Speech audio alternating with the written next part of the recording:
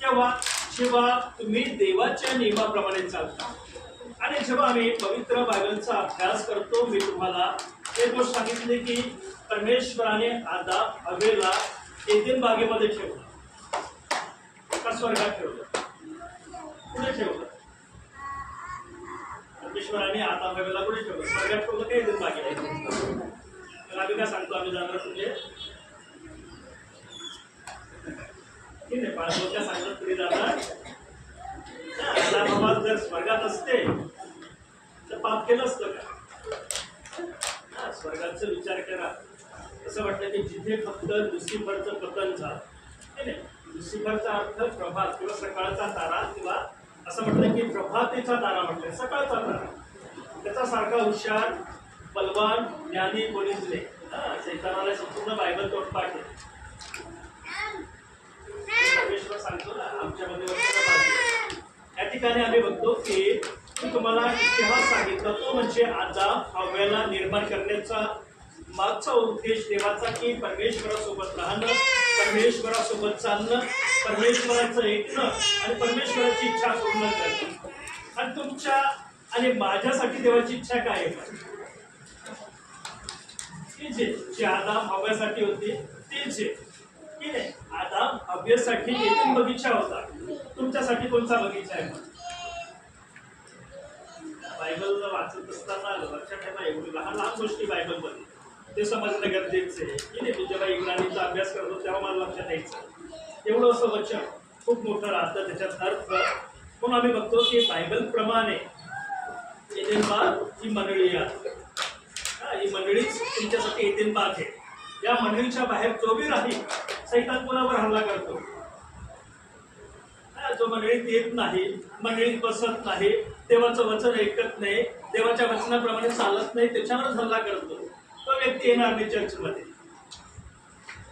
मग किती, म्हणून मी तुम्हाला म्हटलं की जगातला किती मोठा देवाचा दास घेऊन या, परमेश्वर त्याची प्रार्थना ऐकणार. किती चॅलेंज करा, देवाचं वचन जर वाचलं तर तुम्हाला डायरेक्ट सांगा, नाही परमेश्वर नाही करत. की नाही, तुम्हाला मला बनवलं कोणी घडवलं? परमेश्वर आहे. आमच्यापेक्षा आम्हाला कोण जाणतो? पती पत्नी एकमेकांना पेक्षा परमेश्वर तुम्हाला जाणतो. फक्त परमेश्वर का आंधळा आहे का? देवाच्या वचनात असं म्हटलं की ज्यांनी डोळा घडला, ज्यांनी कान घडले, तो तुमचं माझा परमेश्वर अशाच व्यक्तीचं ऐकतो जो वचनात आहे, प्रार्थनेत आहे, विश्वासात आहे, देवाच्या इच्छेप्रमाणे चालतो. की बायबलचा इतिहास आम्ही बघतो. आमची सुरुवात, आमचं पतन, आम्ही ज्या स्थितीमध्ये आहे हे उत्पत्तीचं पुस्तक, की 5 पुस्तकं. उत्पत्तीचे अनुवाद ज्याला तोरा म्हटलेली आहे. तोराचा अर्थ आहे की शिक्षण. ज्या साठ्यासाठी देवाने आम्हाला हे वचन दिलं, उपीजने दिलं. की नाही, आदामाचं पतन झालं, परमेश्वर आदाम हवेसाठी समोरासमोर गोष्टी करतो. आणि त्याचं काय म्हणून सैतानाने काय म्हटलं, तुम्ही कोणा समान होईल? ऍक्च्युली देवा समानच होते.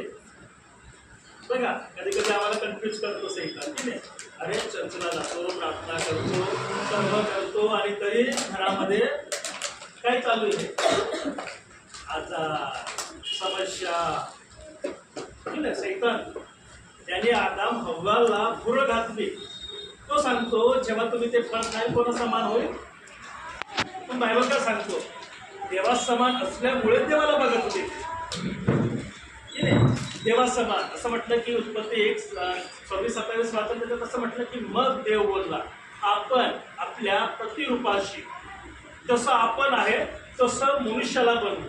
परमेश्वर कसा आहे? पवित्र. आदाम हव्वा पवित्र होते. आणि सैतान काय सांगतो, तुम्ही कोणा समान होईल? देवा समान. बघा किती हुशार आहे सैतान. ते देवा समान होते म्हणून देवाला बघत होते. आणि त्यांना सांगतो फळ खाल्ल्याने कोणा समान होईल? मग सैतान आमच्या परिवारात ती स्थिती करतो. आदाम हव्वा परमेश्वरासमोर गोष्टी करते. जसं पती पत्नी, जसं लेकर आपल्या माता पिता सांगते, आजच्या युगामध्ये या वर्तमान काळात समोरासमोर गोष्टी करतात. तसं आदाम हव्वा करत होते. पण पापामुळे की नाही, पाप आलं, पापामुळे पतन झालं. तिथून आम्ही बघतो की परमेश्वर ज्यांना निवडलं स्वप्नाद्वारे, दर्शनाद्वारे, दृष्टांताद्वारे किंवा स्वर्गदूताद्वारे त्यांच्यासाठी संवाद साधत होते. हा पूर्वीच्या काळ आम्ही बघतो की आदामानंतर आम्ही जेव्हा बघतो की शेत असो, अनोश असो, त्याच्यानंतर आम्ही बघतो की अनोख, त्याच्यानंतर आम्ही बघतो की ह्या सर्वांसाठी परमेश्वर दृष्टांत स्वप्न याच्याद्वारे बोलला.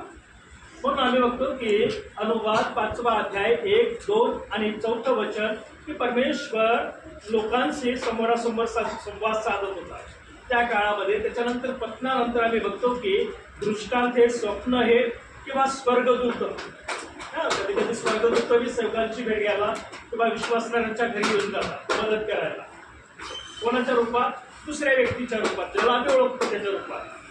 हे घडतं की मी एका सेवकाचं त्यांनी साक्ष दिली. इस्रायलला फिरायला गेला, खूप मोठा सेवक. इस्रायलला फिरायला गेला, गेल्या वर्षी तो गेला 2 वर्षामागे, आणि काही यहुदी रब्बीने त्याला सगळं सांगितलं. त्याची जन्मतारीखचा अर्थ त्याला सांगितलं, देवाने तुला केव्हा निवडलं ते सर्व सांगितलं. सर्वात मोठा प्रॉफिट हे असतो देवाचा सेवक आहे, वचनाच्या माध्यमातून तो सांगतो. आणि जेव्हा त्याला सगळं सांगितलं त्यासाठी कुठेही काढलं त्याने. पण 2 वर्षामागे पुन्हा तो गेला. गेल्या वर्षी पुन्हा तो गेल्यानंतर त्या रब्बीला तो शोधत होता. ज्या ठिकाणी तो त्याला भेटला त्याच ठिकाणी तो गेला. त्या ठिकाणी त्यांनी सांगितलं की हे रब्बी होते. त्यांनी फोटो दाखवला. मग त्या ठिकाणी यहुदी रब्बी होता तो त्याला एकच म्हणे की सर म्हणे हा व्यक्ती इथे आहेच नाही म्हणे. तर हा व्यक्ती तुला भेटला तर हा स्वर्गदूत तुला भेटला पाहिजे. कोण भेटला? स्वर्गदूत. ज्याने तुझं भविष्य सांगितलं, ज्याने तुझे आध्यात्मिक मन उघडलं वचन समजण्यासाठी, तो स्वर्गदूत होता. माझ्या जन्मापासून तर आतापर्यंत माझ्या वयाप्रमाणे असा रब्बीच नाही आमच्या इस्रायलमध्ये. बघा, परमेश्वर भेटतो. कधी कधी अशा रूपात भेटतो की जेव्हा आम्हाला देवाच्या वचनाचं ज्ञान प्रदान करायचं. म्हणून आम्ही आजचं हे वचन मी तुम्हाला गेला इतिहास सांगितलं की परमेश्वर कोणत्या पद्धतीने तुमच्याशी बोलतो, कोणत्या पद्धतीने तुमच्याशी बोलतो. मला दर्शनाद्वारे, स्वप्नाद्वारे किंवा आम्ही बघतो की स्वर्गदूताद्वारे तुमची भेट घेतो. आज आम्ही त्या ठिकाणी बसणार आहोत की नाही. असं म्हटलेलं की जो करार आहे, परमेश्वराने हे वचन उगीच नाही दिलं. विश्वासी असो किंवा यहुदी लोक असो, हे वचन असं म्हटलेलं की तुमचं माझं जसं लग्न करतात की नाही आम्ही कोणत्याही जाती समाजामध्ये बघा, लग्न करताना काय घेतात? एकमेकांचं करार करतात की नाही, शपथ घेतात. सुखात दुःखात सगळ्या ह्याच्यात मी काय करत, तुझी काळजी घेईल, तुमची काळजी घेईल. पण या ठिकाणी असं म्हटलं की जो करार, देवाचं वचन तुम्हाला आणि मला परमेश्वराने दिलं आहे ते साधारण नाही. जसं एक पती पत्नी लग्न करतात की नाही, तसा हा करार आहे विश्वासी परिवारांसाठी. लग्नाचं बंधन, कसलं बंधन आहे म्हणून म्हटलं. अनेक पाळक लोक यहुदी लोकांना दोष देतात, त्यांचं या करारासाठी जसं बंधन आहे तसं ख्रिस्ती लोकांचं बी नाही, पाळक लोकांचं बी नाही. हे पाळक लोक फक्त काय करतात, वर्षभरात अभ्यास केलेला राहतो तो झुगडतात, तेच तुम्हाला सांगतात. मला त्या मिटिंग आमची शेवटच्या दिवशी 4 तारखेला मिटिंग सुटल्यानंतर 2 पाळकांनी मला ठेवलं, पाळक साहेब जेव्हा बी तुम्ही येतात तुम्ही आमच्याकडे येत नाही. त्यांना म्हटलं माझी गरज आहे का तुमची गरज आहे? तुम्हाला संदेश द्यायची संधी तुमच्या हातात आहे का माझ्या हातात आहे की नाही? माझ्या इथे मी तुम्हाला तोंडावर सांगतो की नाही. कधी कधी आमच्या तरुण संघाचे असो, संडे स्कूल वर्ग असो, मी प्रत्येकाला सांगतो की तुम्ही एक वचन निवडा, तुम्ही संदेश द्या. ते तुमचं काम आहे म्हटलं, कारण त्या पाळकाला बदली करायची आहे. मला त्याच्या हप्त्यात जरी जाणार आहे डोळ्याला तिने 2 दिवस दिले मला उपवासाच्या प्रार्थनेसाठी. इतक्या वेळ गेला तर कधीच सांगितलं नाही त्यांनी मला की नाही. त्यावेळेस त्यांना बदली करायची आहे. मंडळी सांगतच नाही, अधिकारी सांगतो तिथेच बसा तुम्ही, आता हलूच नका. त्याला ट्रान्सफर करायची आहे. मला म्हणे ऑनलाईन आपली मिटिंग राहते, ऑनलाईन संदेश द्या म्हणे. माझ्या घरच्यांना सांगितलं बघा किती हुशार पाळत, त्याला ट्रान्सफर पोलीस मंडळ्या मागत नाही, मला मागत घ्या ते. मी तिथे जावं, संदेश द्यावं आणि सरांना सांगावं पाळत साहेब चांगले संदेश देतात, त्यांना तिथे घेऊन जा. म्हणून कधी कधी बघा पाळकांना ट्रान्सफर करायला चान्स नाही भेटत. मंडळ्या मागत नाही, तिथेच राहतात. हे मला अनेक वेळेस देवाचं वचन आम्हाला तेच सांग, देवाने करार केलेला ह्याचा हा करार तुमच्यासाठी करूच तर शिक्षा आहे, 100% आहे. म्हणून आम्ही कधी कधी तुम्हाला हेच सांगतो, त्या ठिकाणी परमेश्वर काय सांगतो की हे ऐकून घ्या, ऐकलं पाहिजे देवाचं वचन. असं म्हटलं की शिका आणि काय म्हटलं की पाळा. ऐका, शिका आणि पाळा, 3 गोष्टी दिलेल्या आहेत. आणि ह्या 3 गोष्टींचा आज आम्ही मनन किंवा विचार करणार आहे. ऐकणे, त्याच्यानंतर असं म्हटलं की शिकणे आणि पाळणे. आज मंडळांमध्ये हे होत नाही. मंडळ्या ऐकत नाही, मंडळ्या शिकत नाही आणि मंडळ्या पाळतही नाही. 3 गोष्टी उंचांपर्यंत पाळलं जातं. तर किती मोठी मंडळी असो, किती लहान मंडळी असो, पाळलं जात नाही. काय दिलं जातं? फक्त संदेश सांगितला जातो, शिकवलं जात नाही. आणि येशू ख्रिस्ताने प्रेषित वर्गांना सांगितलं की सर्व जगात जा, संपूर्ण सृष्टीला सुवार्ता सांगा. जो विश्वास धरतो, बाप्तिस्मा घेतो, त्याला काय करा? संदेश द्या सांगितले. काय म्हटलं? मी जे तुम्हाला सांगितलं, शिकवलं ते त्यांना शिकवा. शिकवण्यासाठी सांगितलंय. हा, तुम्ही जर पहिलीच्या वर्गात गेलं, शिक्षक काय करतो? संदेश फक्त सांगतो का? काय करतो? हा, आमचं जीवन जन्मापासून मृत्यूपर्यंत शिकायचंय. अनुभव केव्हा येतो? शिकल्यावर का फक्त ऐकल्यावर येतो? या ठिकाणी परमेश्वर तुम्हाला आणि मला काय सांगते की ऐकणं, पहिलं ऐकलं पाहिजे, दुसरी गोष्ट शिकली पाहिजे. जे आम्ही ऐकतो ते शिकलंच पाहिजे आणि जे शिकतो आम्ही त्याचं पालन केलंच पाहिजे, तर आशीर्वाद आहे. त्याच्याशिवाय आशीर्वाद नाही. म्हणून पहिला शब्द आला आहे तो म्हणजे ऐका. पहिला शब्द आला आहे तो ऐका. ऐकण्याला इब्रानी भाषेमध्ये असं म्हटलं की क्षमा. क्षमा म्हणजे ऐकणे. आणि आम्ही बघतो की त्या ठिकाणी इस्रायल लोकांना म्हटलं की क्षमा इस्रायल. हे इस्रायल काय करतो? ऐक. जेव्हा आम्ही ऐकतो तेव्हा परमेश्वर आमच्या व्यक्तिगत जीवनात, पारिवारिक जीवनात, कुटुंबामध्ये, आमच्या व्यवसायामध्ये, आमच्या कामधंद्यामध्ये केव्हा आशीर्वाद देईल? जेव्हा आम्ही ऐकतो. येशू ख्रिस्ताने जेव्हा दाखले सांगितले, दाखलेच्या शेवटी एक शब्द वापरला. काय शब्द वापरला? ज्याला कान आहे कोणाला कान आहे? जगी कानने सांगत येते.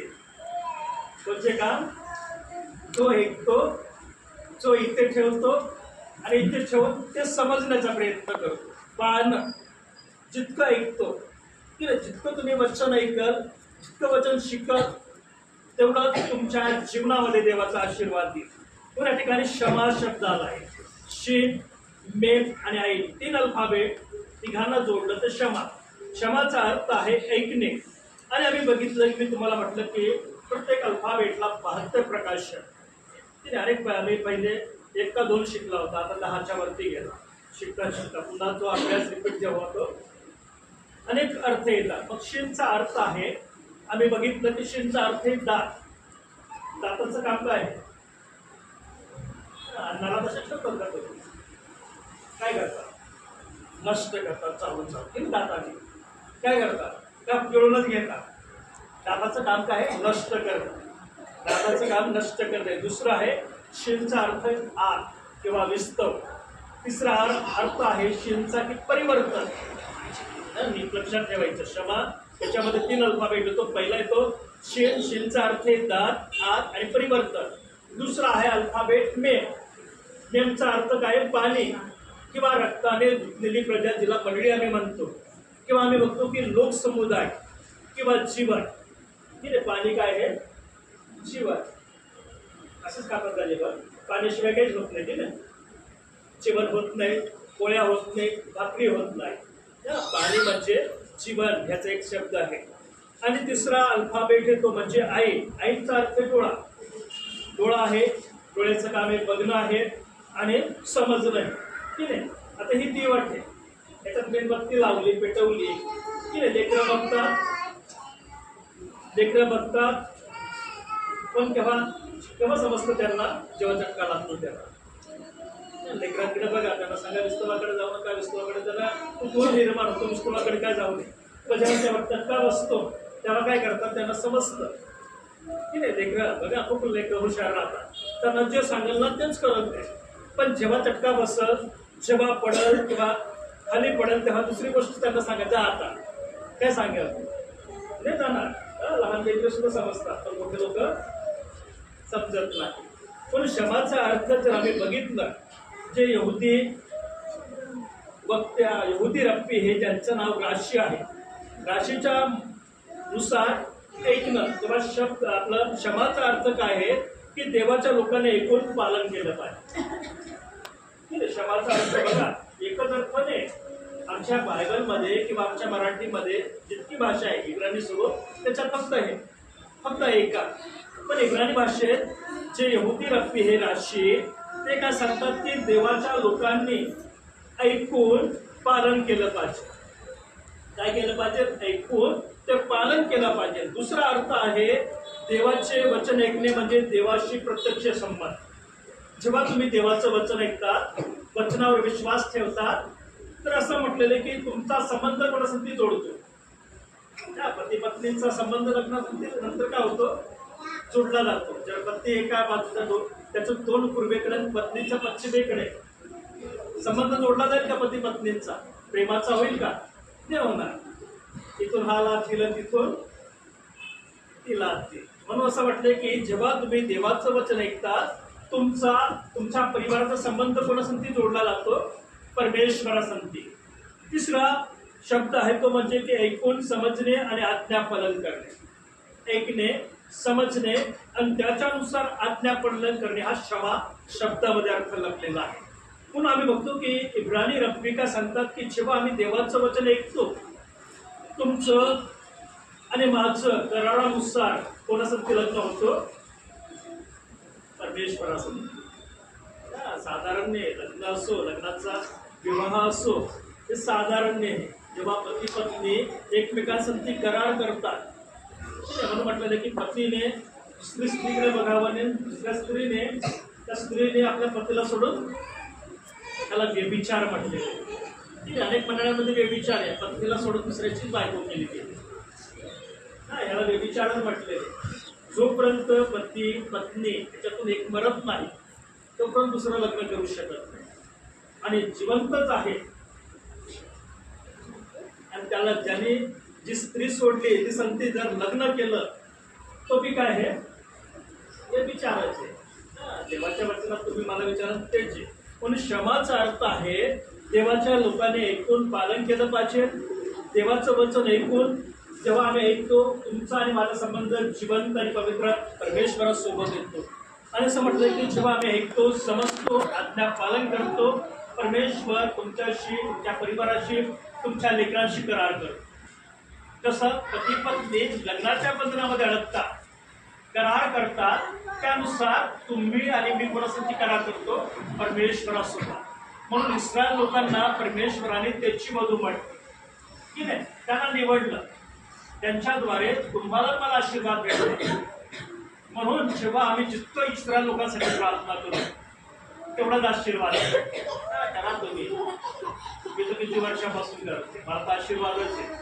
माझ्या प्रवासात परमेश्वर सुट्टी राहतो, कुठे गेल्यानंतर सर्व क्षेत्रामध्ये परमेश्वर तुम्हाला आरोग्य देईल, तुमचा सांभाळ करेल, तुमचं संरक्षण करेल, जेव्हा तुम्ही ऐकता. ते कानूबीज नाही दिले, कानच दिले नसतं मग काय केलं असतं ना. बाहेर तिकडे जाऊन हात मारा. माझ्या आईला मी मशीन घेऊन दिली, बशेबाईंचं पतीबाईंचं मशीन आणायचं, तो माझ्या आईचं घेऊन आलं. कधी कधी तिला ऐकू येत नाही, तिला सांगतो आई कानामध्ये घाल, कानात घालल्यानंतर तिला सगळं ऐकू येतं. सेल संपल्यावर पहिले सांगतात सेल संपला, मी तिला सेल सुद्धा आणून ठेवतो, मोठं पाकिट आणून ठेवते, तिला सेल भरून देतो. ते सेल आणले ते 1 महिनाबरोबर चालतात. ठीक आहे, आपले जे सेल इकडचे ते सेल इथे भेटत होते, मी तिथून घेऊन आलो. ठीक आहे, पहिले ह्यांना बी टेबलच्या आरतीलाही आणून दिलं, तिथून तो सेल 1 महिना चालतो, तो इथे भेटत नाही. म्हणून जेव्हा आम्ही ऐकतो तर असं म्हटलेलं की आम्ही परमेश्वरासाठी करार करतो. जसं एक पत्नी पतीसंती एक पत्नी पतीसंती करार करते, तसं जेव्हा आम्ही देवाचं वचन ऐकतो तुमचा आणि माझा संबंध परमेश्वरासंती स्थापित होतो. मग तुम्ही ऐकतात वचन शिकतात तर तुम्हाला दुसऱ्या पालकाला बरोबर प्राप्त करायची काही गरज आहे का? देवाचं वचन सांगतो ना, तुमचा संबंध कोणासंती होतो? देवासंती. म्हणून जेव्हा आम्ही ऐकतो समजतो आज्ञा पालन करतो तुमचं माझं देवासंती लग्न झाले. दुसरा शब्द आहे दैवी नियम. की नाही, ह्या ठिकाणी जर आम्ही वाचलं इब्राणीमध्ये जर वाचलं त्याच्यामध्ये ऐकणं की नाही, पहिला शब्द आम्ही ऐकणे आहे. आणि आम्ही बघतो की त्याच्या अगोदर काय म्हटलं की जे विधी व नियम, जे विधी आणि नियम, विधी आणि नियमाला इब्राणी शब्द आला आहे तो म्हणजे चुकी. ठीक आहे, इब्राणी शब्द ह्या शब्दांमध्ये अनेक प्रकारचे भेद परमेश्वराने लपवून ठेवले. ठीक आहे, ही जी भाषा आहे हिला पवित्र भाषा, जी आदाम बोलत होता हवा बोलत होती. परमेश्वरासंती. म्हणून जेव्हा तुम्ही प्रेषित पौलाचं बघा, प्रेषित पौल सांगतो की इब्राणीमध्ये परमेश्वर प्रभू येशू ख्रिस्ताने पौलासंती कोणची भाषा बोलले? इब्राणी भाषा. प्रेषितांच्या कृत्यामध्ये वाचत तुम्ही प्रेषित जेव्हा तो सांगतो की मी तळातून प्रकाश माझ्यावर आला, मी घोड्यावरून खाली पडलो आणि मी त्या प्रकाशामध्ये जी वाणी मी ऐकली त्याला म्हटलं प्रभू तू कोण आहे? त्यावेळेस प्रभू येशू ख्रिस्ताने त्या संती कोणत्या भाषेसंती बोलला? इब्राणी भाषेतून पौलासंती गोष्टी केली. म्हणून जेव्हा आम्ही बघतो की विधी किंवा नियम याला इब्राणी शब्द आलाय चुक्की. चुकीचा अर्थ आहे दैवी नियम, देवाचा नियम, पाळकाचा नियम. मंडळीत पाळकाचे नियम नाही चालत, संस्थेमध्ये चालत नाही. जे नियम पूर्वीपासून मिशनऱ्यांनी बायबलनुसार मंडळीला लावलं. कशाला लावलं? मंडळी त्या चौकटीमध्ये राहावं. त्या शाळेमध्ये जातो मी की नाही, 1 वर्ष तुमचा 6 महिने पाठवूच नका. पहिलीच्या विद्यार्थ्याला शिक्षक बसू देत का परीक्षेला? बसू देणार. तुमचं आधार कार्डच नाही, दुसरे कार्ड निघतात का तुमचे? निघेल का? आधार कार्डच नाही तुमच्याकडे, पॅन कार्ड सुद्धा निघणार नाही, रेशन कार्ड सुद्धा निघत नाही आता. ठीक आहे, आधार कार्ड पॅन कार्ड लागतात. म्हणून असं म्हटलं की देवाचे नियम हे देवाकडून आले. कशासाठी आलं? हे तुमचा परिवार सुखी असावा, तुमच्या परिवारामध्ये शांती असावं, तुमच्या परिवारामध्ये आरोग्य असावं, त्यासाठी हे नियम आहे. ठीक आहे, कधी कधी सांगतात बाळक लोक आम्हाला नियमच खूप सांगतात. हे नियम देवाचे, माझे विने कोणा संदेशाचे विने. ठीक आहे, मोशेचे विने. मोशेला देवाने पवित्र आत्म्याद्वारे लिहिण्यास सांगितलं. मोशेसारखा विद्वान जगात कोणीच नव्हता. 40 वर्ष मिस्राची विद्या शिकला तो. किती? मिस्रमध्ये एक विद्या होती माहिती आहे का? मिस्रामध्ये 10 देवत होते, ज्यांच्यावर इस्रायल लोकांना सोडवताना त्यांच्यावरच पिढा आली. तीच पिढा तिथे आली, तिथे आली. जे देवत ते मिस्राचे होते तीच पिढा आली आणि त्या देवतांनी त्यांना रोखलं नाही. म्हणून असं म्हटलं की मोशे इस्रायलचा जो राजा, आपला मिस्राचा राजा, मिस्राचे मंत्री, मिस्राचे मंत्रिमंडळ, मिस्र देशातील लोकांमध्ये सर्वात मोठा संदेष्टा होता. तो 40 वर्ष मिस्राचे देवी देवतांना ओळखत होता. मोशेला सुद्धा जादूटोणा येत होता. मोशे जादूटोणा करत होता आणि देवाने त्याला सिंपल शिकलं की नाही, एक दिलं काठीचा साफ कर, दुसरं छातीवर हात ठेव, कोडाने हात का होईल? पांढरा होईल कोडाने. आणि तिसरी गोष्ट पाण्याचं रक्त. हा अधिकार फक्त देवाकडे. मी तुम्हाला म्हटलं की सैतानावर, मृत्यूवर. ठीक आहे, पहिली गोष्ट आम्ही बघतो काठीचा साफ करणं, सैतान.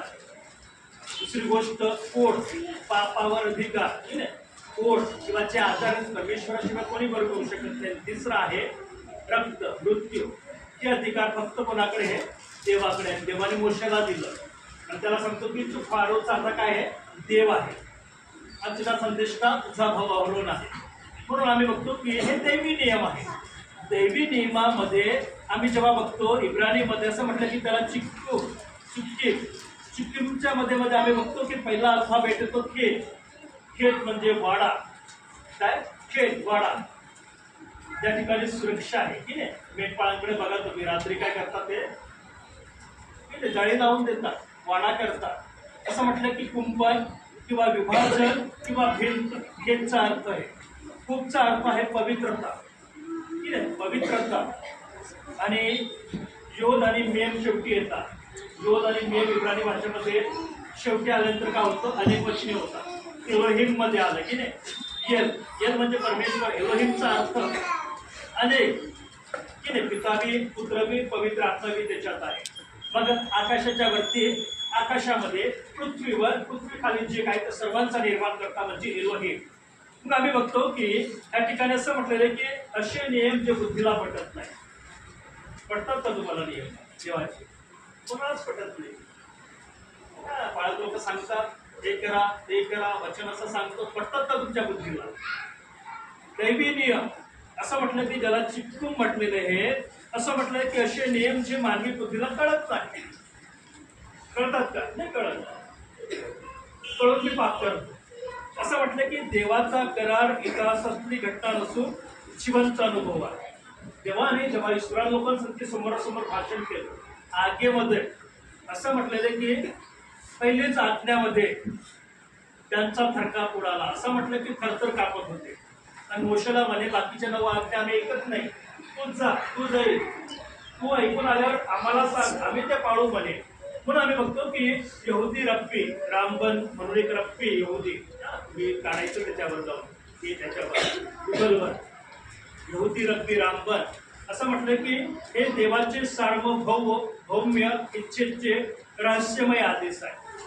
देवाची इच्छा तुमच्यासाठी, माझ्या त्या भल्यासाठी हे जे नियम दिले.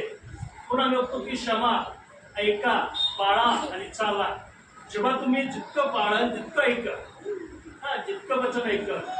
म्हणून उद्देशकाने एक पत्र आहे, उद्देशकाचं एक पत्र आहे शल्मोनाचं. उद्देशक मध्ये आमच्या या कोपरीला काय म्हटले, त्याला काय म्हटले त्याने? उद्देशकचं शेवटला अध्याय सोन्याचा काय म्हटलंय? कटोरा. आमच्या डोक्याला काय म्हटलंय? सोन्याचा कटोरा. कशाला म्हटलंय? ऐका, जितकं नियम ऐकल, जितकं वचन ऐकल, जितकं वचनाकडे तुम्ही लक्ष देईल. हा कटोरा उगीजने दिला आहे देवाने खाली ठेवायसाठी. हा कटोरा खाली ठेवायसाठी दिला आहे. कशासाठी दिला आहे? देवाचं वचन ऐकण्यासाठी, देवाचं वचन शिकण्यासाठी, देवाचं वचन पाळण्यासाठी. त्याला भरायला पाहिजे. हा भरलाच नाही मग पुढे जाणार आहे. मी तुम्हाला स्पष्ट सांगतो, जाणार कुठे? नरकातच जाईल. या कटोरात काहीच नाही. शिक्षक कधी कधी सांगतो, अरे डोक्यामध्ये गुस्सा भरलेला आहे की नाही. देवाने हे जे नियम दिलेले आहे, असं म्हटलं की देवाच्या सार्वभौम इच्छेचे रहस्यमय आदेश जे गुपित आहे. जेव्हा तुम्ही ऐकत नाही, जितकं वचन तुम्ही लक्षात ठेवा. जेव्हा तुम्ही झोपेल ना तेव्हा परमेश्वराचा आत्मा तुमच्यासाठी गोष्टी करा. अरे तू हे वचन ऐकलं, हे वचन असं हे तुझ्यासाठी, तुझ्या लेकरांसाठी, तुझ्या परिवारासाठी परमेश्वर गोष्टी करतो. पण असं म्हटलेलं की ऐकून विसरता कामा नये. म्हणून म्हटलेले की म्हण आली आहे, कुंभाराने फुटले वारे, इकडून तिकडे गेले वारे. मग विश्वासे इथून ऐकतात, तिथून सोडून देतात, इथून दुसऱ्याच गोष्टी ऐकतात आणि इथे ठेवतात की नाही. दोघी कान बंद करून घ्यायचं. एकाने ऐका, त्या कानाला सगळ्यात बंद राहा, इथे जा देवाचं वचन. इथे पोरलं गेलं पाहिजे. मग इस्रायल लोकांनी सिनाई पर्वतावर जेव्हा देवाची वाणी ऐकली, फक्त वाणीने ऐकली, त्याने ते शब्द बी त्यांच्याकडे येताना बघितलं आणि ते शब्द त्यांच्या उद्यामध्ये जाऊन बसले. पहिली आज्ञा, तुझा देव परमेश्वर. काय आहे पहिली आज्ञा? त्याच्याशिवाय कोणीच नाही असं म्हटलं की तोच आहे. आणि ती कोरली गेली. म्हणून प्रियांनो, परमेश्वर जेव्हा तुमच्याशी माझ्याशी समोरासमोर संवाद कधी साधन इथे मी भरलेलं पाहिजे आणि इथे भरलेलं पाहिजे. म्हणून मी तुम्हाला चॅलेंज करतो, जगातील कोणत्याही सेवकांना प्रार्थनेसाठी बरं नाही करणार, बरं नाही करणार परमेश्वर. त्याला माहिती आहे हा चर्चमध्ये येत नाही, हा वचन ऐकत नाही, हा प्रार्थना करत नाही. सेवक सांगतात की 99 90% तुम्हाला सांगतो सेवक कुठे बोलतात ना, ऍडव्हर्टाईज इतकी भारी करतात, साक्ष देणारे की त्यांचेच राहतात. 99% युट्यूबला बघा. आम्ही एका ठिकाणी मिटिंगला गेले होते. शिक्षक होता, देवाची सेवा करतो, संस्था स्थापन केली. त्या ठिकाणी मी भोसले अंकल होते, आम्हाला बाप्तिस्माला बोलवलं. त्या बाळकाला म्हटलं ज्या वक्त्याला बोलवलं त्याला बाप्तिस्मा द्यायला लावं म्हटलं. नाही म्हणे त्याला ऑथॉरिटीच नाही आहे. संस्थेचा अधिकारी हे, त्याला तर ऑथॉरिटी पाहिजे ना, अधिकार बाप्तिस्मा देण्याचा, लग्न लावण्याचं काहीच नाही म्हणे त्याला. मग असं कसं आहे? त्यांनी रात्री प्रचार केला. त्या व्यक्तीला हे दान आहे, त्या व्यक्तीला ते दान आहे, त्या व्यक्तीला ते दान आहे. भोसले बाळासाहेब माझ्या तोंडाकडे बघायचे. मला सुटल्यानंतर भोसले बाळासाहेब बायबलमध्ये असे कोणते दान दिले देवाने? बघा, आरोग्याचं दान म्हटलं त्याच्यामध्ये कोणताही आजार असतो, परमेश्वर तो बराच करत. कॅन्सरचा अधिकार आजाराचा त्याच्यामध्ये येतो. त्यांनी म्हणले की ह्या व्यक्तीला कॅन्सर बरं करण्याचा अधिकार दिला, त्या व्यक्तीला पोटातील खडे पडण्याचा अधिकार दिला. बायबलमध्ये नाही लिहिलं. आरोग्याच्या ह्याच्यामध्ये तुम्ही मेलेले असाल तरी परमेश्वर उभं करा, ते आरोग्याच्या दानामध्ये. अन्य भाषा, लक्षात ठेवा, अन्य भाषा कोणची? तिचं तुम्हाला ट्रान्सलेशन करता येतं, तिला अन्य भाषा म्हटलं, तुम्ही वेगळी समजा. ठीक आहे. शेवटल्या दिवशी आमच्या बालाजी पालकांनी दिलं होतं. बाल्या पालकाला माहिती आहे, सगळे पालक लोक हसत होते. त्याचं त्यांनी हे केलं. बघा, तुम्हाला जर ट्रान्सलेशन येत नाही त्या भाषेचं, तिला अन्य भाषा बोलू शकत नाही. म्हणून कोण म्हणतो घरी प्रार्थना कर, मंडळीत नको करू. ती भाषा तुला येते तर घरीच कर. जोपर्यंत परमेश्वर तिचं ट्रान्सलेशन करण्याचा अधिकार तुला देत नाही. मी करू शकतो पण मी बोलत नाही. मी तुम्हाला दाखवू शकतो, बोलू शकतो, पण करू शकत नाही. जेव्हा परमेश्वर मला देईल तेव्हा बोलू शकतो की नाही. ह्याचंही दान आहे. पण प्रेषित पौल सांगतो की दानांचं ट्रान्सलेशन करण्याचं तोपर्यंत दान नाही, तुला बोलूच नका मंडळीमध्ये. घरी प्रार्थना करा त्याच्यात, पण मंडळीत नाही करायची. मग त्यावेळेस त्यांनी मला सांगितलं की बाळासाहेब हे काय आहे, हा मोठा संदेश का? माझ्याकडेच एक उपाय. अनेक लोक सांगतात, पण कधी कधी पाळक लोक जेव्हा वक्ते बोलवतात ना, मला बोलवत नाही, मला भोसले पाळकांना. कारण आम्ही वचनानुसार सांगतो, वचनाची आहे ते, त्याच्या पलीकडे सांगत नाही. क्षर देवाने तुम्हाला सांगितले. एक साक्ष ऐकली ती Paul doctor Dinakar, DJS Dinakar. दुबईमध्ये मीटिंग होत, आपलं मुंबईमध्ये मीटिंग होती. दुबईचा एक पेशंट आला होता, सगळ्यात मानदार रईस व्यक्ती, शेख होता. त्याच्या पत्नीचं ऑपरेशन सांगितलं होतं डॉक्टर. काय सांगितलं होतं? ऑपरेशन सांगितलं होतं. आणि तो प्रार्थना करत असताना त्या व्यक्तीला, देवाच्या दासाला देवाने सांगितलं की अशी स्त्री, तिचं पूर्ण नाव दिलं, ती कुठून आली ते मी सांगितलं, आणि तिच्यासाठी परमेश्वरा आज तिला स्पर्श करत, तिला आरोग्य देईल, तिचं ऑपरेशन होणार नाही. सगळं झालं. त्या व्यक्तीने ऐकून घेतलं, सर्व केलं, साक्ष द्यायला आला नाही. दवाखान्यात ऑपरेशन होतं, त्याच्या अगोदर चेकिंग केलं, आणि चेकिंग नंतर काय झालं? काहीच नाही तिला.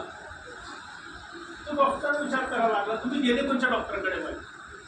बघा, रात्रीमध्ये 24 घंट्यात परमेश्वराने तिच्या शरीराचा बदल करून टाकला. दुसऱ्या दिवशी आले आणि स्टेजवर साक्ष दिली. आम्ही कधी विश्वास नाही केला, मुस्लिम लोक की नाही, विचार नाही केला, पण त्यांनी साक्ष दिली. म्हणून मी तुम्हाला म्हणतो की ऐका, शिका, पाळा. कोण असं म्हटलंय की जेव्हा मी ऐकतो तर परमेश्वर त्या वचनाच्या माध्यमातून तुमच्याशी रात्री बोलतो. जेव्हा तुम्ही एकटे बसत किंवा तुमच्या जीवनात काहीतरी प्रश्न येईल, तेव्हा पवित्र आत्मा काय करतो? ते वचन तुमच्यासमोर आणतो. पवित्र आत्मा कार्य करतो, तेव्हा कार्य करतो, असं नाही कार्य करतो.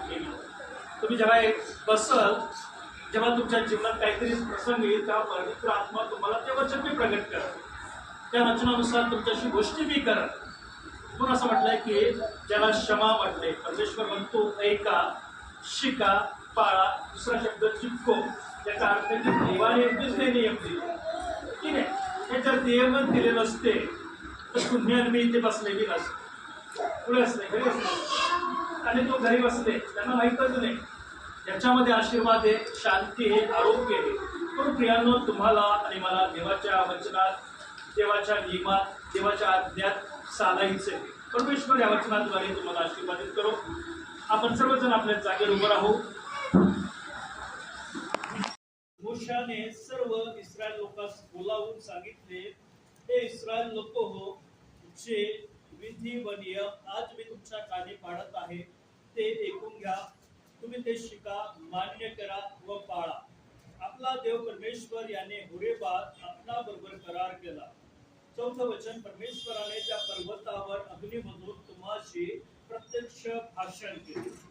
त्या ठिकाणी आमचा पुन्हा जो संदेशाचा विषय तो म्हणजे की परमेश्वराने आपल्या लोकांशी समोरासमोर संवाद साधला. परमेश्वर तुमच्याशी माझ्याशी बोलतो. त्याच्या हेतू हा आहे की तुमच्या परिवाराचं भलं व्हावं.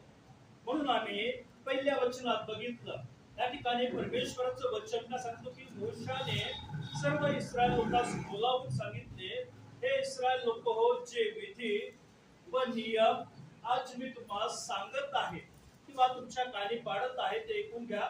तुम्ही ते शिका आणि मान्य करा. आणि अनुवाद ह्याचा 5वा अध्याय पहिल्या वचनामध्ये आम्ही 3 गोष्टी बघितल्या. त्या ठिकाणी असं म्हटलेलं की ऐकून घ्या, क्षमा, ऐकणं. फक्त आम्ही देवाचं वचन ऐकणं गरजेचं नाही, ते वचन आमच्या मनात, आमच्या अंतःकरणात जाऊन ते वचन कार्य करणार असावं की नाही. जसं आम्ही बघतो की एक शेतकरी जेव्हा तो आपल्या शेतात बी पेरतो, असं फेकून देतात की नाही, तो पेरतो आणि आम्ही बघतो की तो वाढ बी बघतो, तो मेहनत बी करतो, तो कष्ट बी करतो. म्हणून जेव्हा जेव्हा आम्ही देवाचं वचन ऐकतो त्या ठिकाणी ऐकणं म्हणजे फक्त ऐकणं नाही, तर ते ऐका, ते ग्रहण करा, ते समजा आणि त्याप्रमाणे चाला.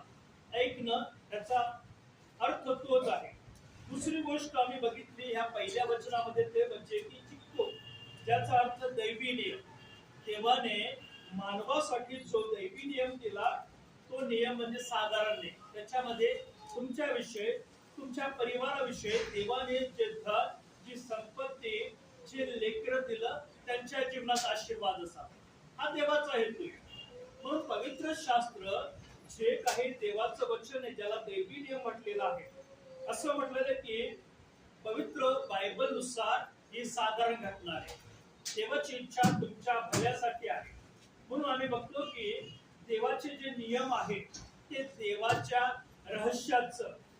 रहस्य त्याच्यात आहे, तुमच्याविषयी, माझ्याविषयी, आमच्या येणाऱ्या पिढीविषयी. म्हणून देवाने जे दैवी नियम दिले ते तुमच्या आणि माझ्या परिवाराच्या भल्यासाठी. पहिल्या वचनात आपण पुन्हा तिसरी गोष्ट बघितली, ती म्हणजे न्यायाचे नियम, ज्याला स्वाध्याय म्हटलेला आहे. समाजासाठी की नाही, समाजासाठी असं म्हटलेलं की देवाचे न्याय कायदे. एक आम्ही बघतो ते म्हणजे ऐकणं, दुसरी आम्ही बघतो ते म्हणजे देवी नियम, आणि तिसरी गोष्ट आहे ती म्हणजे समाजासाठी न्यायाचे कायदे. तुम्ही ज्या समाजात राहतात त्या समाजात असताना परमेश्वराचं वचन, देवाचे नियम, देवाच्या वचनानुसार तुमचं जीवन, तुमच्या परिवाराचं जीवन कसं आहे त्याविषयी या पहिल्या वचनात दिले. परमेश्वर तुमच्यासाठी, माझ्यासाठी जी योजना आहे ती देवाकडे चांगली, वाईट नाही. म्हणून आम्ही तुम्हाला सांगत असतो की मंडळीचे नियम जर तुम्ही पाळले तर तुमच्या परिवारासाठी, येणाऱ्या पिढीसाठी आशीर्वादाचे. दुसरं वचन बघितलं अनुवाद 5 आणि 2 मध्ये परमेश्वर सांगतो, आपला देव परमेश्वर याने होरेबात आपणा बरोबर करार केला. सिनाई पर्वत, सिनाईला होरेब सुद्धा म्हटलेलं आहे. त्या ठिकाणी परमेश्वराने इस्रायल मंडळी संती असं म्हटलं की परमेश्वर त्या ठिकाणी त्यांच्या संती त्यांनी करार केला. मग आम्ही बघतो की हा जो करार आहे, असं म्हटलं की देवाने आपल्या अधिकाराने तुमच्याशी, माझ्यासोबतच नाही, इस्रायल प्रजेसंती कसं केलं, पवित्र बंधन आहे तुमचं आणि माझं देवासंतीचं. त्या कराराचं हे चिन्ह आहे. आणि असं म्हटलं की हा करार म्हणजे आध्यात्मिक विवाह. म्हणून मंडळीला काय म्हटलेलं आहे, देवाची वधू. मंडळीला देवाची वधू का म्हटलेले, कारण परमेश्वराने मंडळी संतीच नाही पण इस्रायल प्रजेसंती जसा करार केला, तसंच जेव्हा तुम्ही आणि मी प्रभू येशूला आपला मुक्तिदाता, धारण करता, प्रभू म्हणून स्वीकार करतो, जेव्हा आम्ही स्वीकार करतो तेव्हा तुमचा आणि माझा विवाह कोणासंग होतो? परमेश्वरासोबत. म्हणून या ठिकाणी असं म्हटलं की मंडळीमध्ये जेव्हा आम्ही येतो तर तुमचं आणि माझं बंधन देवासंग होतं. जेव्हा तुम्ही मंडळीला सोडता तर तुम्ही काय करता? व्यभिचार करता. पवित्र बायबलमध्ये तीच व्याख्या आहे. व्यभिचार म्हणजे एका पत्नीने आपल्या पतीला सोडून, एका पत्नीने आपल्या पतीला सोडून किंवा पत्नीने आपल्या पत्नीला सोडून दुसऱ्या संगती संबंध ठेवणं, ज्याला व्यभिचार म्हटलेले.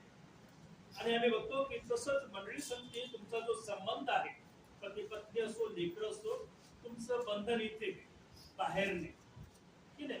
जेव्हा आम्ही बाहेर राहतो तेव्हा बाहेरचे होऊन जातो. म्हणून परमेश्वराला सांगते तुमचं आणि माझं जे बंधन आहे ते लग्नाचं बंधन, एक पवित्र करा. जसं एक पती किंवा एक पत्नी, एक तरुण एक तरुणी लग्नाच्या समयामध्ये एकमेकाला अभिवचन देतात की नाही, करार करतात एकमेकांच्या सोबत. तसंच परमेश्वरासाठी तुमचं आणि माझं करार आहे. तुम्ही आणि मी परमेश्वरासोबत त्या गोष्टी काय केल्या पाहिजे? सांगितल्या पाहिजे. तेव्हा परमेश्वर तुमच्या आणि माझ्या जीवनामध्ये कार्य करतो. असं म्हटलेलं आहे की परमेश्वराने इस्रायल लोकांशी कायमस्वरूपी जो करार केला. म्हणून आम्ही बघतो की 1948 ला सगळ्याच्या इतिहासामध्ये किंवा लक्षामधून जे राष्ट्र नाहीसं झालं ते पुन्हा 1948. म्हणून आम्ही बघतो की इस्रायलमध्ये 1948 त्यांचा स्वातंत्र्य दिवस मानतो. आम्ही 1947 मानतो. आम्ही ते इथेच होते. पण इस्रायल जेव्हा देवाचे विधी, देवाचे नियम, देवाच्या आज्ञा तोडले तेव्हा 1900 वर्ष सर्व जगात देवाने पांगून टाकले. इस्रायल मध्ये कोणीच नव्हतं. न कुत्रा होता, न मांजर होते, कोणचं जनावर होतं, झाड सुद्धा नव्हतं. असं म्हटलेलं की रोमन सैनिकांनी संपूर्ण इस्रायलच्या भूमीमध्ये मीठ पेरलं. आणि मीठ पेरण्याचा अर्थ आहे की संपूर्ण भूमी कशी होती? उजाड होऊन जाते.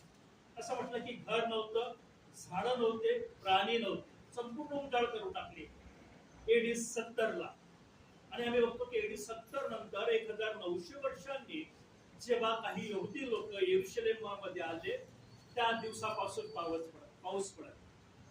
1900 वर्ष. आमच्याकडे 2 वर्ष पडला तर काय होईल? काय हाय होऊन जाईल. इस्रायलला 1900 वर्ष पाऊस पडला. त्याचं कारण देवाचं वचन, देवाची आज्ञा, देवाचे नियम तोडले. आणि 1900 वर्ष परमेश्वराने त्या देशाला उजाड करून टाकले. 1900 वर्ष ज्या भूमीत पाऊस पडला नाही त्या भूमीला जाऊन बघा. 40 अरब राष्ट्रापेक्षा सगळ्यात फलद्रुपती हिरवीगार फक्त इस्रायल राष्ट्र.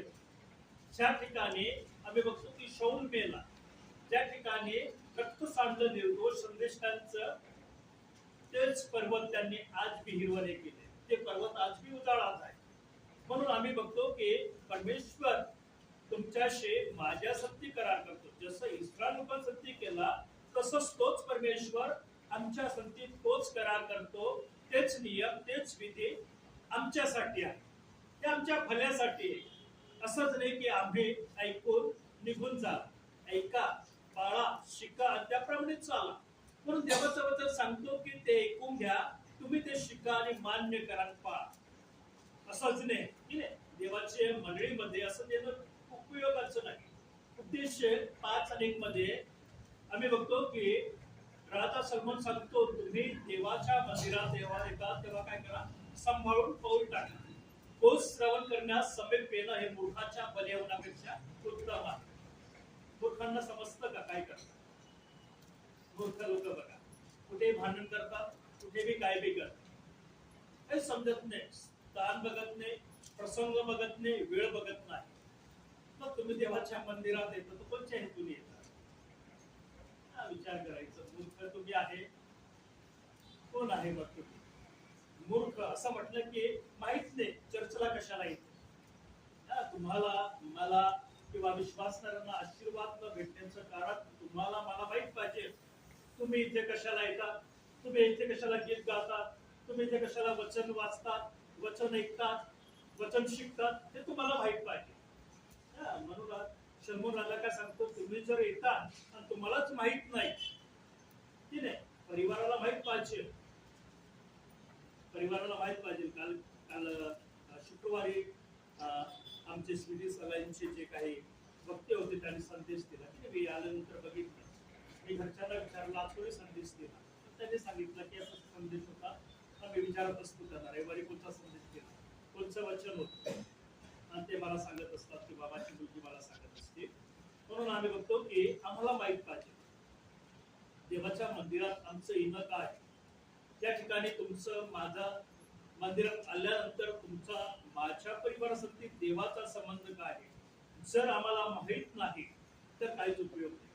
म्हणून असं म्हटलं की इस्रायल लोक जेव्हा असं म्हटलेले की त्यांच्या संगती करार करण्यात आला, आज मी त्या करारासाठी एक निष्ठा आहे. म्हणून जेव्हा ते प्रार्थना करतात आपल्या प्रार्थनेत सांगतात की परमेश्वरा आम्ही सिनाई पर्वतावर उभे उभे करार परमेश्वराने केला इतर वर्षा अगोदर सिनाई पर्वतावर, ज्याला होरेब म्हटलेला आहे, ज्या ठिकाणी परमेश्वराने त्यांच्या सोबत त्याच्या मुखातील वाणीद्वारे इस्रायल लोकांना त्यांनी संभाषण केलं, त्यांच्यासाठी संवाद साधला, त्यांच्यासाठी बोलला. पण इस्रायल लोक इस्रायलमध्ये असताना सुद्धा प्रार्थना करतात की परमेश्वरा आम्ही सिनाई पर्वतावर आहे. कारण जो करार परमेश्वराने केला, जे दैवी नियम परमेश्वराने त्यांना दिलं, जे दैवी करार परमेश्वराने त्यांच्यासाठी केलं, ते त्यांना आज मी माहिती आहे. मग तुम्हाला आणि मला तर दैवी करार माहित असणं गरजेचं आहे. आणि तिसरी गोष्ट आम्ही बघत आहे ती म्हणजे अनुवाद 5 अध्याय 4 वचन. अनुवाद 5:4 काय म्हणतो परमेश्वर की परमेश्वराने त्या पर्वतावर अग्नीमधून तुम्हाशी प्रत्यक्ष भाषण केले. या ठिकाणी आम्ही बघतो की समोरासमोर जसं आम्ही आमचे लेकर, आमचे आप्तजन, आमचे लोक ज्यांच्यासाठी समोरासमोर गोष्टी करतो, जेव्हा समोर येतो आम्ही गोष्टी करतो की बाजूने निघून जातो. आमचे मित्रमंडळी असो, आमचे नातलग असो, जेव्हा आम्हाला भेटतात तर आम्ही समोरासमोर गोष्टी करतो. की कोपऱ्यात जाऊन गोष्टी करतो नाही करत ना, आम्ही समोरासमोर गोष्टी करतो. त्या ठिकाणी असं म्हटलं की समोरासमोर 4 वचन आम्हाला तिसरी गोष्ट दाखवतो, परमेश्वराने त्या पर्वतावर अग्नीमधून तुम्हाशी प्रत्यक्ष भाषण केलं. असं म्हटलं की परमेश्वर सिनाई पर्वतावर जेव्हा उतरला, असं म्हटलेलं की गर्जना होते, रणशिंगे वाजत आहे किंवा कर्णे वाजत आहे, आणि परमेश्वर त्या अग्नीतून त्या रणसिंगाच्या आवाजातून इस्रायल लोकांसाठी बोलत आहे, संभाषण करते समोरासमोर. म्हणून आम्ही या ठिकाणी इब्रानी भाषेमधून जर बघितलं तर या ठिकाणी असं म्हटलं की पाणी पे पाणी म्हणजे समोरासमोर. आणि जर आम्ही पे आणि नूनला जर डिकोडिंग केलं तर या ठिकाणी असं म्हटलं की पेचा अर्थ आमचं मुख किंवा आमचा चेहरा किंवा देवाची उपस्थिती किंवा जिवंत संबंध. जेव्हा परमेश्वराने आपल्या मुखातील शब्दाद्वारे इस्रायल लोकांसाठी गोष्टी केल्या तर असं म्हटलं की आपल्या मुखातील वचन, कारण पेचा अर्थ देवाचं वचन बी येतो आणि देवाचं मुख बी येतो, आणि परमेश्वराने आपल्या मुखातून इस्रायल लोकांसाठी असं म्हटलं की संवाद साधला किंवा समोरासमोर तो बोलला. नूनचा अर्थ जीवन किंवा वचन की नाही, नोन म्हणजे जीवन बी आहे, वचन बी आहे, आणि परमेश्वर आपल्या मुखातून निघणाऱ्या वचनाच्या माध्यमातून इस्रायल लोकांसाठी त्यांनी त्याचं प्रगटीकरण. असं म्हटलं की इस्रायल लोकांनी ऐकलं, बघितलं आणि अनुभव केला परमेश्वराच्या उपस्थितीचा. म्हणून इस्रायल लोकांनी मोशेला सांगितलं की आमच्या संधी कोणी बोलावं, मोशेने. म्हणून म्हटलं की तू मोशेच्या मार्फत इस्रायल लोकांना सांगितलं की तू परमेश्वरासंती बोल आणि परमेश्वर जे तुला सांगत ते आम्ही ऐकू. असं म्हटलं की जिवंत उपस्थिती जेव्हा इस्रायल लोकांनी घेतली, म्हणून मी तुम्हाला म्हटलं की असे उभे नव्हते की आम्ही जसं चर्चमध्ये उभं राहतो, चर्चमध्ये बसतो तसं नाही.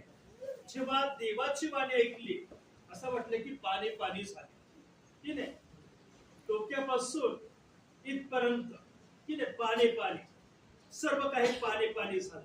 असं म्हटलेलं की जसं आम्ही आंघोळ करतो, आणि जेव्हा आम्ही बघतो की देवाच्या वचनाने, देवाच्या सामर्थ्याने, देवाच्या उपस्थितीने त्या लोकांच्या शरीरात काय झालं, पाणी पाणी झालं. असं म्हटलं की भिजून गेले, एक वचन ऐकता ऐकता भिजून गेले.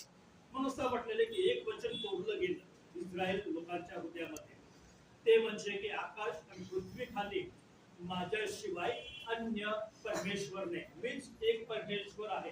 आणि त्या वचनाद्वारे असं म्हटलेलं की त्यांची स्थिती बिघडली. म्हणून असं वाटलं की 9 वचन त्यांनी ऐकलेले, पण म्हटलं एक वचन जर त्यांनी ऐकलं, एक वचन त्यांच्या हृदयामध्ये कोरलं गेलं, तरी आज ते स्थिर आहे, मजबूत आहे आणि विश्वासयोग्य आहे. म्हणून आम्ही बघतो की जिवंत देवाची वाणी इस्रायल लोकांनी ऐकली. जसं आम्ही आमच्या लेकरांसमोर समोरासमोर भाषण करतो, संभाषण करतो, तसं परमेश्वराने आपल्या पवित्र प्रजेसमोर त्यांनी काय केलं, भाषण केलं, संवाद साधला. म्हणून आम्ही जेव्हा बघतो रब्बानिक यहुदी धर्मशास्त्राप्रमाणे अर्थ या वचनांचा असं म्हटलंय की सामूहिक करा. परमेश्वराने संपूर्ण इस्रायल प्रजा, फक्त मोशे संतीने संपूर्ण प्रजेसंती एक करार केला आणि असं म्हटलेलं की तो फक्त त्याच प्रजेपुरतं मर्यादित नव्हता. येणाऱ्या पिढींसाठी, येणाऱ्या लेकरांसाठी तो करार कसा होता, जिवंत होता. जसं आम्ही बघतो की एक पिता आपली प्रॉपर्टी कोणाला देतो, मुलाला देतो की नाही. जर मुलगी आहे तर मुलीला देतो बायबल प्रमाणे. आणि आम्ही बघतो की जेव्हा परमेश्वर तुमच्याशी करार करतो, तर तुमच्याशी नाही करा, तुमच्या येणाऱ्या पिढींसाठी, तुमचे मुलं असो, तुमच्या मुली असो, त्यांचे येणारे लेकर असो, त्यांच्यासाठी युगायुगाचा करार करतो. दुसरी गोष्ट आम्ही बघतो की जिवंत अनुभव. असं म्हटलंय की देवाचा नियम हा कागदी नियम की ना, कागदी नियम कधी कधी मोडून टाकतो. असं म्हटलं की जिवंत करा, इथे कोरलेला जो जिवंत अनुभव इस्रायल लोकांनी घेतला, तोच परमेश्वर तुमच्या जीवनात, तुमच्या परिवारात, तुमच्या कुटुंबात तुम्हाला प्रदान करेल. जेव्हा तुम्ही त्याची वाणी ऐकाल, जेव्हा तुम्ही असं म्हटलेले की त्याची वाणी ऐकाल, तुम्ही ती वाणी शिकाल, तुम्ही ते मान्य कराल, पाल, तेव्हा परमेश्वर तुमच्या जीवनामध्ये जिवंत अनुभव देईल. तिसरी गोष्ट आम्ही बघतो की तोरा हा की नाही, उत्पत्ती अनुवाद असं म्हटलेले की हा धार्मिक नियम नाही, हा देवाकडे असणारा धार्मिक नियम नाही, तर असं म्हटलेले की तुमच्यासाठी, तुमच्या परिवारासाठी जीवनाचा मार्ग आहे. योहान 14:6 मध्ये येशू ख्रिस्ताने म्हटलं की मार्ग, सत्य आणि जीवन कोण आहे, मीच. देवाचं वचन तुमच्यासाठी, तुमच्या परिवारासाठी जीवनाचा मार्ग आहे. एक जीवन तुमच्यासाठीच नाही, तुमच्या येणाऱ्या अखंड पिढीसाठी तो करार करतो, तो करार तुमच्या संगती तो ठेवतो. म्हणून आम्ही बघतो की चौथी गोष्ट ती म्हणजे ऐका, पाळा आणि शिका. आमच्या जिवंत पवित्र देवाचं वचन तुम्ही ऐका, ते शिका, ते पाळा आणि त्याप्रमाणे चाला, म्हणजे परमेश्वर तुम्हाला आशीर्वादित करा. जर आम्ही संपूर्ण धर्मशास्त्राचा सारांश या 3 वचनामध्ये आम्ही जर बघितलं, पहिलं वचन, दुसरं वचन आणि 5वं वचन, 4थं वचन, ह्याच्यामध्ये पहिलं वचन आम्ही ऐकलं ते म्हणजे की क्षमा. क्षमाचा अर्थ असं म्हटलेलं की आज्ञाधारकपणे तुम्ही देवाचं वचन ऐका, तुम्ही देवाचं वचन शिका, त्याचं पालन करा, म्हणजे येणाऱ्या दिवसात परमेश्वर तुम्हाला आणि तुमच्या परिवाराला आशीर्वादित करतो. दुसरी गोष्ट आम्ही बघितली ती म्हणजे की पहिल्या वचनामध्ये दैवी नियम. देवाने तुमच्यासाठी असं म्हटलेलं की हे बुद्धीचे नियम आहे, हे आशीर्वादाचे नियम आहे, हे आमच्यासाठी, आमच्या येणाऱ्या पिढीसाठी. त्याच वचनात आम्ही बघितलं पहिल्या वचनात ते म्हणजे समाजासाठी जे न्याय, नैतिक, ज्या समाजात तुम्ही राहता, ज्या मंडळीत तुम्ही राहता, त्या ठिकाणी तुम्हाला न्यायाची किंवा जी व्यवस्था आहे तिचं पालन केलं पाहिजे. तर परमेश्वर तुमच्या जीवनात, तुमच्या परिवारात आशीर्वाद देतो. दुसऱ्या वचनात आम्ही बघितलं की शाश्वत करार, नष्ट न होणारा करार. जसं आम्ही क्रांती करतो, तो करार कधी कधी येणारी पिढी मोडून टाकतो, येणाऱ्या पिढी नष्ट करून टाकतो. पण असं म्हटलं की आमचा परमेश्वर तुमच्या सोबत, माझ्या सोबत, देवाच्या लोकांसाठी युगायुगाचा करार करतो. असं म्हटलं की त्या कराराला कोणीही मोडू शकत नाही.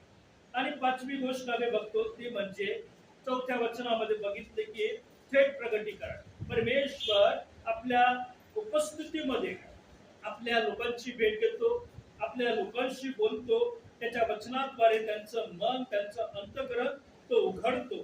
म्हणून आम्ही ह्या संपूर्ण वचनांचं निष्कर्ष जेव्हा बघतो, असं म्हटलेलं की तोरा नियम नसून, असं म्हटलं की देवाचं वचन नियम नसून तुमच्या आणि माझ्या नात्यातील करार आहे की नाही. आमचं नातं कधी कधी चुकून जातं, आमचे आप्तजन, आमचे नातलग, आमचे मित्रमंडळी काही काही गोष्टीमुळे त्याच्यामुळे आमच्या नात्यामध्ये संबंधामध्ये बिघाड होतो किंवा वाईटपणा येतो. पण असं म्हटलं की जेव्हा तुम्ही आणि मी देवाच्या नात्यात येतात तेव्हा परमेश्वर तुमच्याशी युगायुगाचा करार करतो.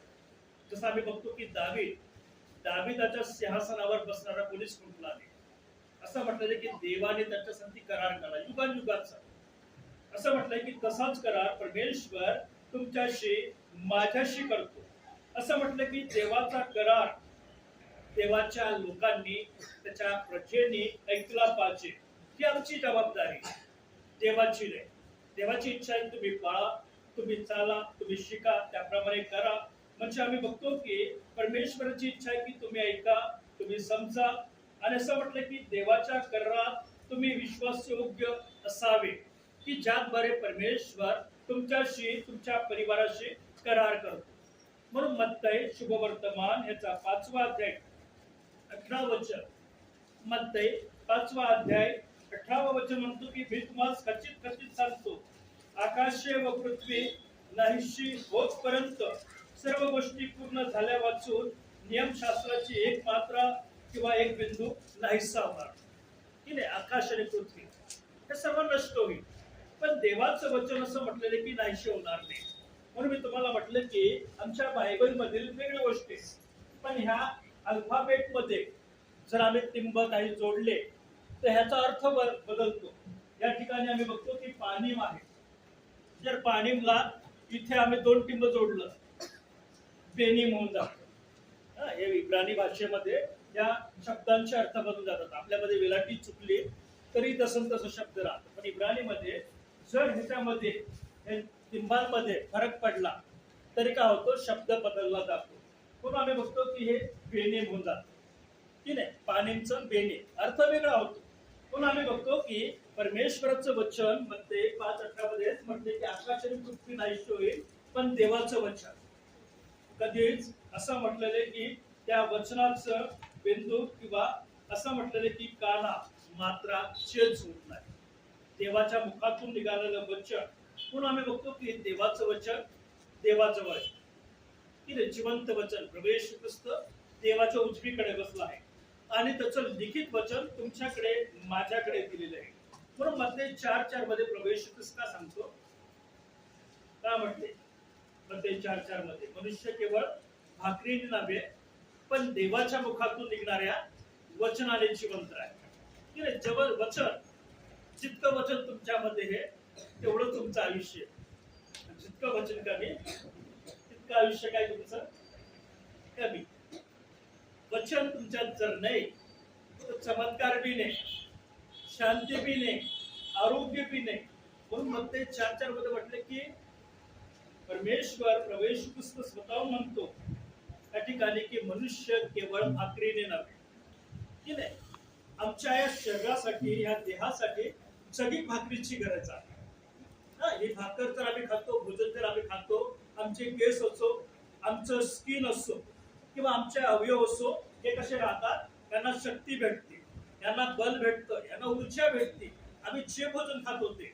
पण आमचा आत्मा, आमच्या आत्म्याला वचनच भेटलं नाही, वचनच आम्ही मनन केलं नाही, तर आमचा आत्मा कसा राहतो, अशक्त, कुपोषित तसाच राहतो. मग आम्ही पापामध्ये पडत, आम्ही मारामारी बी करत, आम्ही काय बी करतो. जसं आम्ही शारीरिक भोजनाद्वारे आमचं शरीर कसं राहतं, दणकट, मजबूत, त्याच्याद्वारे आमचे कान ऐकतात, आमचे डोळे बघतात की नाही, आमचे केस तसेच राहतात. हे आम्ही जे भोजन करतो त्याप्रमाणे आमचे शरीर राहतं. त्या भोजनामध्ये काही गोष्टींची कमतरता आले तर केसही गळून जातात, आमची स्किन बी काय होते, वयस्कर होऊन जाते, आमची हाडं कमकुवत होतात. त्याचं कारण आहे शारीरिक भोजन. मग जर शारीरिक भोजनाने एवढा फरक पडतो तर आत्मिक भोजन जर आम्ही घेतलं नाही तर आमच्या शरीरावर त्याचा परिणाम कसा होईल. म्हटलं आयुष्य याच्यात आहे वचनात. म्हणून येशू ख्रिस्त सांगतो त्या ठिकाणी की मत्तई 4:4 प्रमाणे मनुष्य केवळ भाकरीने नाही, तुम्हाला आध्यात्मिक भोजनाची, वचन ऐकलं पाहिजे, वचन शिकले पाहिजे, वचनाप्रमाणे चालले पाहिजे आणि वागले पाहिजे, तर तुमची आत्मिक स्थिती कशी राहील? मजबूत. जर आध्यात्मिक आमचा आत्मा जर मजबूत आहे तर आमचं बाहेरचं शरीर कसं राहील? निरोगी. त्याला डॉक्टरची जास्त गरज नाही लागणार. पण जितकं तुम्ही असं म्हटलं की वचनापासून लांब राहील तेवढं तुमचं शरीर उपस्थित होईल. म्हणून आम्ही बघतो की 2 तिमोथी 3 अध्याय 16 वचन, 2 तिमोथी 3 अध्याय 16 वचन काय सांगतो की या ठिकाणी प्रेषित तिमोथी, ठीक आहे, तिमोथीला लिहिलेल्या पत्रामध्ये प्रेषित पौल सांगतो की असं म्हटलं की प्रत्येक ईश्वर प्रेरित शास्त्रलेख, सद्बोध, दोष दाखवणे, सुधारणूक आणि नीती शिक्षण 4 गोष्टी दिल्या आहेत. प्रत्येक ईश्वर प्रेरित शास्त्रलेख, सद्बोध, परमेश्वराचं वचन तुमच्या जीवनासाठी बोध करतं. असं म्हटलं की सद्बोध, त्याच्यानंतर तुमच्यातील कमतरता दाखवतो, सुधारणूक करतो. आम्ही बघतो की सुधारणूक की नाही, ईश्वर प्रेरित शास्त्रलेख, सद्बोध, सुधारणूक, नीती शिक्षण त्याच्याने भरलेले. देवाचं वचन असंच नाही साधारण नाही, जे तुम्हाला बोध करतो, जे तुम्हाला सुधरवतो, जे तुम्हाला देवाजवळ आणतो, तुमच्या जीवनाचं परिवर्तन करतो, असं वचन. म्हणून असं म्हटलं की या वचनाकडे जितकं दुर्लक्ष तुम्ही कराल तुमचे लेकरे बी करा. जितकं लांब तुम्ही राहील तितकं तुमची येणारी पिढी बी लांब राहील. आणि असं म्हटलं की त्या पिढीचा नाश अधोलोक किंवा नरकामध्येच असतात. इब्रानी 1 अध्याय 1 आणि 2 वचन असं म्हटलं की परमेश्वर प्राचीन काळी अंशाने आपल्या पूर्वजन संगती त्यांनी गोष्टी केली आणि ह्या काळाच्या शेवटी येशू ख्रिस्ताच्या द्वारे तो तुमच्याशी माझ्या संगतीच नाही तर इस्रायल प्रजेसंगती गोष्टी करत आहे. असं म्हटलं की प्राचीन काळी मी तुम्हाला म्हटलं की परमेश्वराने स्वप्नाच्या द्वारे, दर्शनाच्या माध्यमातून, स्वर्गदूतांद्वारे परमेश्वर इस्रायल लोकांना त्याच्या निवडलेल्या परिवारांना दर्शन देत होता. पण या काळाच्या शेवटी प्रभू येशू ख्रिस्त आल्यानंतर असं म्हटलं की प्रत्यक्ष येशू ख्रिस्ताला ज्याने त्याच्याद्वारे तुमची आणि माझी भेट घेतली. पण असं म्हटलेलं की 2 पेत्र 1:21, कारण संदेश आज सेवकांकडून येत नाही, कोणा भविष्यवक्त्याकडून येत नाही. संदेश कुठून आला? देवाच्या आत्म्याने, देवाच्या लोकांना, देवाच्या सेवकांना, देवाच्या भविष्यवक्त्यांना त्यांनी प्रगट केलं. म्हणून आम्ही कोणा सेवकाला भविष्यवक्ता सांगतो. बायबल का सांगतो? भविष्यच्या भविष्यवाणी, त्या भविष्यवाणी करतात. त्याला भविष्यवाणी म्हटलं. जी घटना बायबलमध्ये घडलेली आहे, बायबलमध्ये लिहिलेली आहे, ती घटना जेव्हा परमेश्वर आपल्या सेवकाला दाखवतो तर तीच भविष्यवाणी, तिच्याविषयी भविष्यवाणी सांगते की वचनात हे लिहिलेलं आहे. म्हणून आम्ही बघतो की 2 पेत्र 1:21 मध्ये तेच म्हटले की संदेश मनुष्याच्या इच्छेने कदापि आलेला नाही, तर देवाच्या आत्म्याने स्वतःहून परमेश्वराने त्याच्या दासांना, त्याच्या निवडलेल्या लोकांना ते प्रगट केलेलं आहे. की ना, आम्ही स्वप्न बघतो, कधी स्वप्न असे राहतात की नाही ज्याची कल्पना आम्ही करत नाही. पाण्यामध्ये बुडत आहे, आम्ही ओरडत आहे आणि आई वडील आम्हाला जागे करतात की नाही. आम्ही झोपेमध्ये ओरडतो. जेव्हा झोपेमध्ये असून आम्ही झोपेतच दुसरं स्वप्न बघतो, मनुष्यासाने ओरडत. जेव्हा झोपेत आहे आणि त्या झोपेत दुसरं स्वप्न तो बघतो तेव्हा मनुष्य ओरडतो. असाच नाही ओरडत. साधारण स्वप्न राहिलं तरी ओरडत, पण स्वप्नामध्ये स्वप्न बघणं सगळ्यात भयंकर राहत. स्वप्नात जेव्हा आम्ही स्वप्न बघतो त्या स्वप्नात आम्ही हाणायचा प्रयत्न करतो, ओरडायचा प्रयत्न करू, तोंडातून शब्द निघत नाही. म्हणून असं म्हटलेलं की परमेश्वर आम्हाला वचनाच्या माध्यमातूनच प्रगट करतो. म्हणून परमेश्वराची इच्छा आहे की तुमच्याशी, माझ्याशी तो त्याच्या वचनाद्वारे समोरासमोर संवाद साधत असतो. आणि देवाची इच्छा आहे की ह्याच्यामध्ये आम्ही ऐकावं, आम्ही शिकावं, आम्ही मान्य करावं, आम्ही पाळावं. ह्याच्यामध्ये तुमच्या परिवाराचं काय आशीर्वाद आहे. आणि हा आशीर्वाद परमेश्वर तुमच्याकडून, माझ्याकडून कदापि काढत नाही. हा आशीर्वाद जेव्हा आम्ही देवाच्या मंडळीपासून, देवाच्या उपस्थितीपासून, देवाच्या सहभागितेपासून जितकं आम्ही लांब जाऊ तेवढा आशीर्वाद आम्हीच काढत असतो की नाही.